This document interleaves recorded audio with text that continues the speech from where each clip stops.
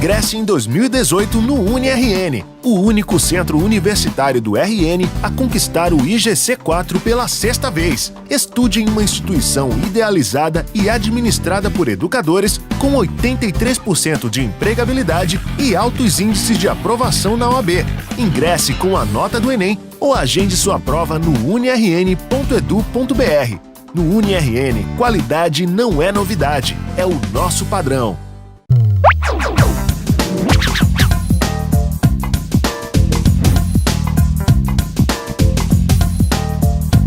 Olá, pessoal!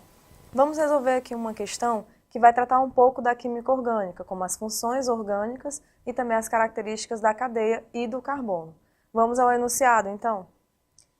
Extrair um dente é um procedimento que não requer anestesia geral, sendo utilizados, nesses casos, os anestésicos locais, substâncias que insensibilizam o tato de uma região e, dessa forma, eliminam a sensação de dor. Você já pode ter entrado em contato com eles no dentista ou se o médico lhe receitou pomada para aliviar a dor de queimaduras. Exemplos de anestésicos locais são o eugenol e a benzocaína, cujas fórmulas estruturais aparecem a seguir. E aí a gente tem, né, gente, as fórmulas estruturais dessas duas substâncias, ok? Continuando aí, sobre as estruturas acima, podemos afirmar corretamente que o eugenol representa um hidrocarboneto insaturado. Voltando aqui no eugenol, nós temos não uma molécula de hidrocarbonetos, pois nós não temos somente carbono e hidrogênio. A gente está vendo aqui a presença do oxigênio na molécula, ok? Então não é hidrocarboneto. Já invalida a nossa opção A. Opção B. A benzocaína possui estrutura saturada e homogênea. Retornando aí na benzocaína, ela não é uma estrutura saturada, pois eu tenho ligações duplas entre carbonos, ok? E ela não é homogênea também, pois eu tenho a presença do oxigênio entre carbonos. Então, já invalida a nossa opção B. Na opção C, as duas estruturas representam hidrocarbonetos insaturados e heterogêneos. Nós já vimos que não são hidrocarbonetos, ok? Pois não tem somente carbono e hidrogênio. Item D de dado, se verifica a presença de um grupo funcional ácido carboxílico no eugenol. Olhando para o eugenol aí, o grupo que nós temos é esse aqui, COH, a hidroxila, que está presente nesse carbono aqui, que também contém a dupla ligação. Isso é característica de um enol, ok? Hidroxila ligada a carbono com dupla. E nós temos também a presença do oxigênio entre carbonos. Isso aqui é a característica de um éter, ok? Então, não é verdade o que diz a opção D, onde fala de ácido carboxílico.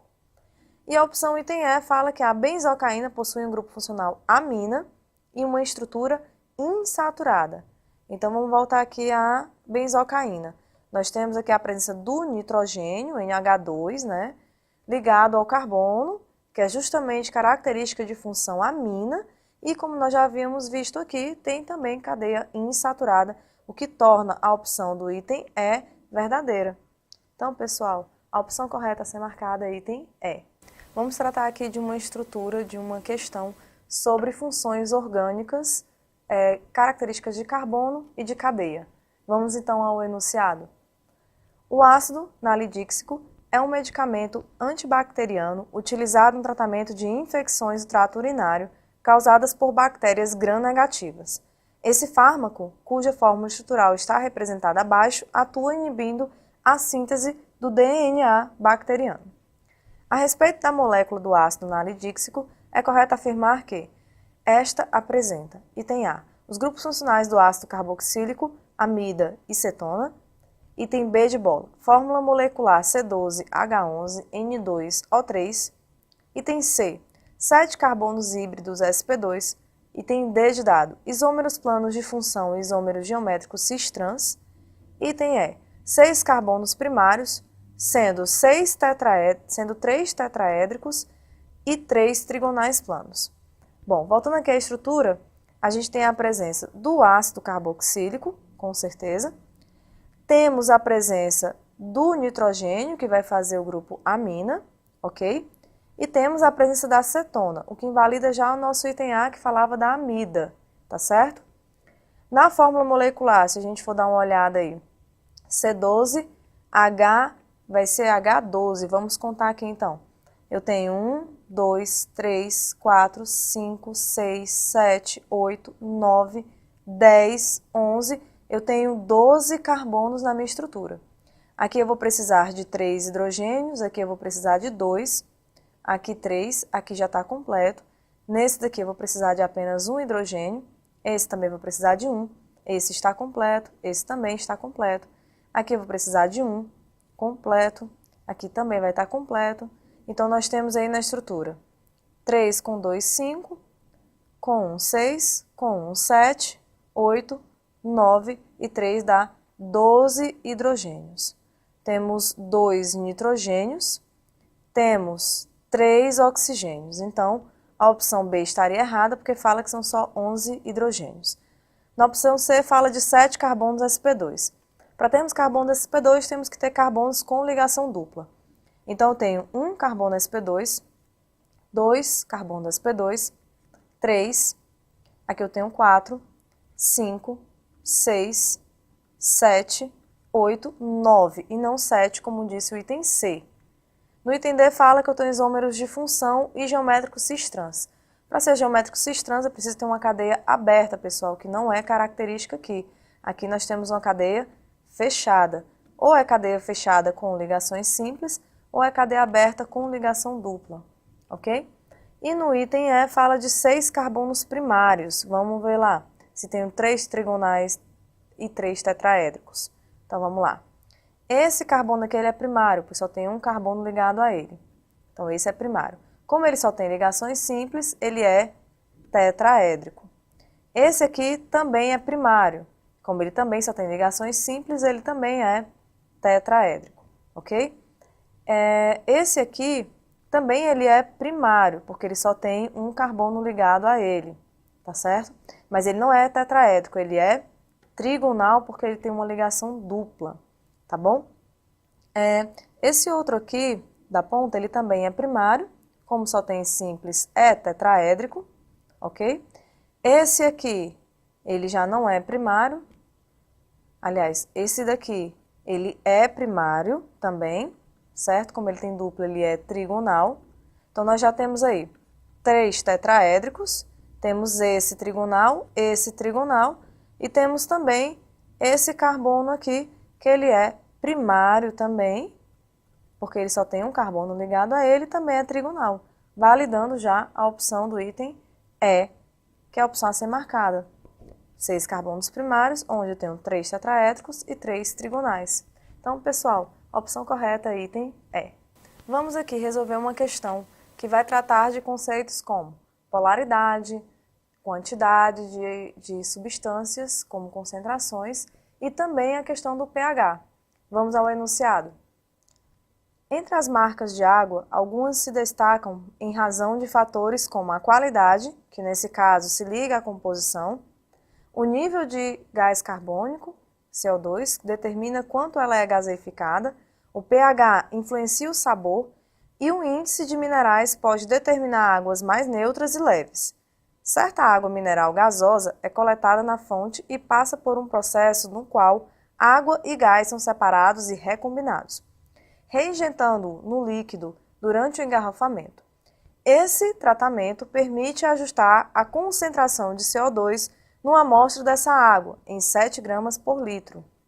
Com base nessas informações, é correto afirmar que, item A condutividade elétrica dessa água é nula devido ao caráter apolado de óxido de carbono que ela contém? Não, pois nós sabemos que o dióxido de carbono ele já é resultado, a gaseificação dela da adição de ácido carbônico, que vai se dissociar rapidamente por ser um ácido instável em água e gás carbônico, ok? Item B, uma garrafa de 650 ml dessa água contém 3 litros de CO2. Item C, essa água tem pH na faixa ácida devido ao aumento da concentração de íons H+, formados na dissolução de CO2. E já encontramos aqui uma opção adequada a ser marcada, devido ao mesmo equilíbrio que eu expliquei aqui anteriormente para vocês. Item D, o grau de pureza do CO2 dessa água é baixo, pois o gás contém resíduos do solo que a água percorre antes de ser coletada? Não. E o item E, devido ao tratamento aplicado no engarrafamento dessa água, seu ponto de ebulição é o mesmo em qualquer local que seja colocado a ferver. A gente sabe que depende o ponto de ebulição também da pressão. Portanto, gente, a opção mais adequada é o item C de casa. Vamos tratar aqui de uma questão que vai precisar de conceitos como, por exemplo, a questão da fervura de substâncias e questão dos lactobacilos também. Vamos então ao enunciado. É possível obter-se maior quantidade de iogurte misturando leite a iogurte natural. Observe as duas receitas a seguir. Receita 1. Misturar o leite ao iogurte natural, ferver e depois misturar com geleia de morango, mantendo a temperatura ambiente até o dia seguinte. Receita 2. Ferver o leite e depois misturar ao iogurte natural, mantendo a temperatura ambiente até o dia seguinte, e só então misturar com geleia de morango. Em uma das receitas obtém-se um saboroso iogurte, mas na outra o leite fica com odor, sabor e aspecto desagradáveis. A receita que fica com sabor desagradável é a item A. 1. Porque a fervura do iogurte elimina os lactobacilos do iogurte responsáveis pela fermentação lática. Bom, gente, esse item aqui já está um item extremamente adequado a ser marcado. Porque a gente sabe, pessoal, que na hora que a gente vai ferver o leite ou os líquidos em geral, a gente vai ter as bactérias, muitas bactérias sendo mortas. E os lactobacilos são uma delas, que são termossensíveis. Então, na hora que a gente vai ferver o leite, elas vão realmente morrer. E aí, nesse caso, a gente vai ter, não vai acontecer a fermentação lática. O item B fala que é A2, porque a geleia de morango facilita a instalação de bactérias decompositoras, e isso não é verdade, já invalida o item B. O item C fala que é A1, porque manter a temperatura ambiente de um dia para o outro promove decomposição, isso também não é verdade. No item D, 2, porque se deve ferver o leite junto ao iogurte para eliminar todos os micro-organismos, e isso não tem qualquer relação. O item E, 1, porque o iogurte deve ser fervido antes do leite para que se elimine os micro-organismos, isso também não tem relação. Logo, pessoal, a opção correta a ser marcada é o item A. A questão trata de melhoramento genético de planta. Bem, o texto da questão afirma o seguinte: novas variedades de plantas comestíveis podem ser desenvolvidas pelo homem por meio de várias técnicas, estando entre as principais a seleção artificial ou melhoramento genético e a técnica do DNA recombinante. A seleção artificial utiliza cruzamentos controlados, em que se usam indivíduos com as características desejadas da nova variedade, selecionando entre os descendentes aqueles com tais características e eliminando do grupo de cruzamento os descendentes de características indesejáveis, repetindo-se o procedimento até padronizar a característica no grupo. A técnica do DNA recombinante utiliza enzimas de restrição que cortam trechos de DNA de um organismo e os transferem para outro organismo. Bem, diferentemente da seleção natural, da seleção sexual, a seleção artificial é aquela promovida pelo homem. Uma técnica básica e milenar é aquela que o homem utiliza macroscopicamente através da infrutescência do milho, ou seja, aquela espiga do milho. Aquele fruto que é um cariópse, ele pode, por exemplo, macroscopicamente, ir selecionando indivíduos com uma estrutura melhor, uma coloração melhor, e eliminando, observando também o porte, indivíduos que possam apresentar, por exemplo, ataque bacteriano ou fúngico. Ou seja, ele vai eliminando aqueles frutos, no caso o cariópse, com características indesejáveis. Mas a engenharia genética ou a tecnologia do DNA recombinante corresponde a um conjunto de técnicas através do qual o homem pode manipular o DNA. Perceba que, até mesmo de planta comestível que tem interesse para o homem, através do projeto Genoma, identifica a sequência de nucleotídeos que corresponde ao material genético daquela dada espécie comestível que é de interesse para o homem. E ele pode selecionar genes com a utilização de enzimas de restrição. Então, o melhoramento vegetal pode ser feito ou por métodos artificiais ou genéticos com técnicas de DNA recombinante. A questão indica uma vantagem da seleção artificial sobre a técnica do DNA recombinante é que A pode produzir plantas que não são obrigatoriamente estéreis, tanto na seleção artificial quanto a utilização da técnica do DNA recombinante. Em ambos os processos podem ser produzidas plantas que não são obrigatoriamente estéreis. Vamos descartar o item A.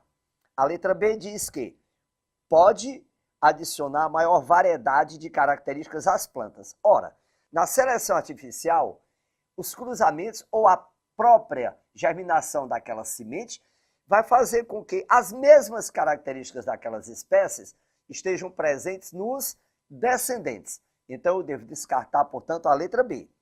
A letra C indica, não traz risco algum de levar a desequilíbrio ecológico. Qualquer variedade nova pode levar a um desequilíbrio ecológico. Entretanto, pelo que foi exposto, eu devo assinalar a letra D, ou seja, ela é mais aceita por consumidores ecologistas, uma vez que aquelas mesmas características estão sendo mantidas de geração a geração. Eu vou excluir, neste caso, a polêmica, por exemplo, que um transgênico pode promover. E a letra E indica que permite a produção de substâncias não encontradas na espécie original. E como foi dito anteriormente, este item está equivocado porque eu não estou trabalhando com mutação nem com recombinação gênica. Na seleção artificial, eu vou excluir esses dois processos de variabilidade, porque as mesmas características serão mantidas de geração a geração. E, portanto, o item correto é a letra D. Vamos agora resolver uma questão que vai tratar de fotossíntese, temperatura, dissolução de gás carbônico e também sobre as proteínas. Vamos então ao enunciado. Quando se mede a taxa de fotossíntese de uma planta, percebe-se que essa taxa pode aumentar ou diminuir em função de certos parâmetros. Esses parâmetros são conhecidos como fatores limitantes à fotossíntese. A fotossíntese tem alguns fatores limitantes, alguns intrínsecos, como disponibilidade de clorofila, enzimas e cofatores, e outros extrínsecos, como a concentração de gás carbônico, temperatura, comprimento de onda e intensidade luminosa. O gráfico ao lado representa o resultado de um experimento em que foi medida a velocidade da fotossíntese em função da temperatura na folha de um vegetal mantida sob iluminação constante. E a gente pode saber aqui, através do gráfico, pessoal, que à medida que vai aumentando a temperatura, a velocidade vai aumentando um pouco, até chegar a um determinado pico de velocidade aqui em função da temperatura. Continuando, nós temos o seguinte. Com base na análise do gráfico, podemos concluir que, item A, em temperaturas muito baixas, a velocidade da fotossíntese é pequena, em consequência da baixa produção de gás carbônico necessária ao processo. Item B, num experimento em que a temperatura fosse mantida constante e a luminosidade fosse aumentando, o resultado permitiria a construção de um gráfico que seria igual ao apresentado. Item C, a temperatura atua como fator limitante da fotossíntese, porque o calor desnatura as proteínas responsáveis pelo processo, o que já é uma opção muito válida, visto que a gente sabe que, segundo o gráfico, em determinada temperatura existe um pico de velocidade, e que realmente, se eu aumentar excessivamente, ou seja, se eu tiver muito calor, o que vai acontecer é a desativação das proteínas, porque elas têm essa sensibilidade ao excesso de calor. Item D, o aumento da temperatura ocasiona um aumento na velocidade da fotossíntese, porque a entrada de oxigênio na folha torna-se mais rápida com o aumento da temperatura. Isso não tem relação. E o item E, o aumento da temperatura faz com que a fotossíntese se acelere por conta do aumento da fosforilação cíclica dependente de oxigênio. Então, pessoal, a opção correta a ser marcada é o item C.